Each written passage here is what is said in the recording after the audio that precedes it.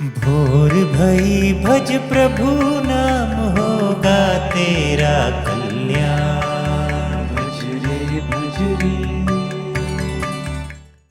आइए सुनते हैं आज की कहानी। आज की कहानी है न्याय।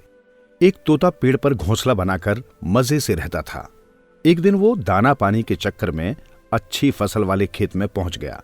वहां खाने पीने की मौज से बड़ा खुश हुआ। उस खुशी में रात को वो घर आना भी भूल गया और उसके दिन मजे से वहीं बीतने लगे। इधर शाम को एक हंस उस पेड़ के पास आया जहां चिड़े का घोंसला था। हंस ने उस घोंसले में झांक कर देखा तो पता चला कि वो खाली पड़ा है। घोंसला अच्छा खासा बड़ा था, इतना कि वो हंस उसमें आराम से रह सकता था। उसे ये बना बनाया घोंसला पसंद आ गया और उसने वहीं रहने का फैसला कर लिया। कुछ दिनों बाद वो तोता मोटा ताजा बनकर अपने घोंसले की याद आने पर वापस लौटा। उसने देखा कि घोंसले में हंस आराम से बैठा हुआ है। उसे बड़ा गुस्सा आया। उसने हंस से कहा, चोर कहीं के, मैं नहीं था तो मेरे घर में घुस गए हो। चलो निकलो मेरे घर से।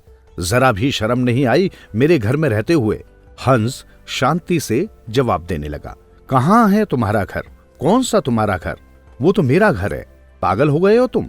अरे कुआं, तालाब या पेड़ एक बार छोड़कर कोई जाता है तो अपना हक भी गवा देता है। यहाँ तो जब तक हम हैं वो अपना घर है, बाद में तो उसमें कोई भी रह सकता है। अब ये मेरा घर है, बेकार में मुझे तंग मत करो। तोता बोला, ऐसे बहस करने से कुछ हासिल नहीं होने वाला। किसी पंडित के पास चलते हैं, वो जिसके हक में फैसला सुनाएगा उसे घर मिल जाएगा। उस पेड़ के पास ही एक नदी बहती थी। वहां पर एक लोमड़ी बैठी थी। वो कुछ पूजा पाठ करती नजर आ रही थी। वैसे तो वो लोमड़ी इन दोनों की जन्मजात शत्रु थी, लेकिन वहां और कोई भी नहीं था, इसलिए उन दोनों ने उसके पास जाना और उससे न्याय लेना ही उचित समझा।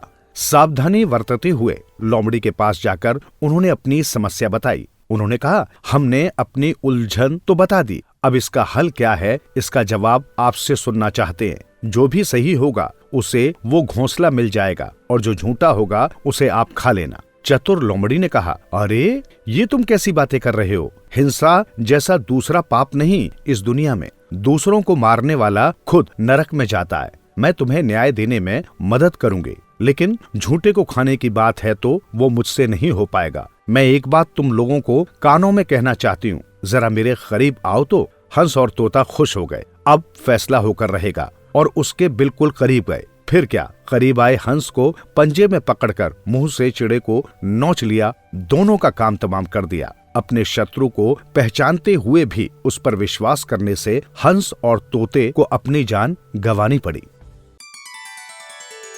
जीवन सुधरेगा, प्राणी हो